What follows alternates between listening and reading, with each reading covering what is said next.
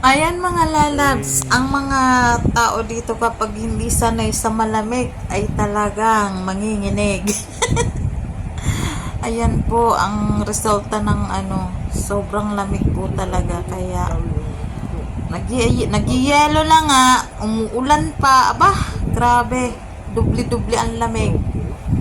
Kaya ayan grabe talagang lamig, yellow, ice, ice, ice. Ayan, tingnan naman niyo Kahit yan sa labasan grabe yung snow. Sobrang napakalamig po dito kaya ayan. Kaya yung mga hindi sanay, Diyos ko, sanayan na lang din po din eh. Minsan talagang parang yung buong katawan mo freezer na.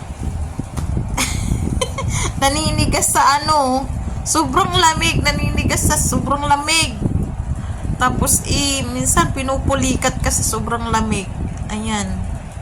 Kaya yung mga taga dini, mga ibang lalo na mga Pilipina, mga sa lamig.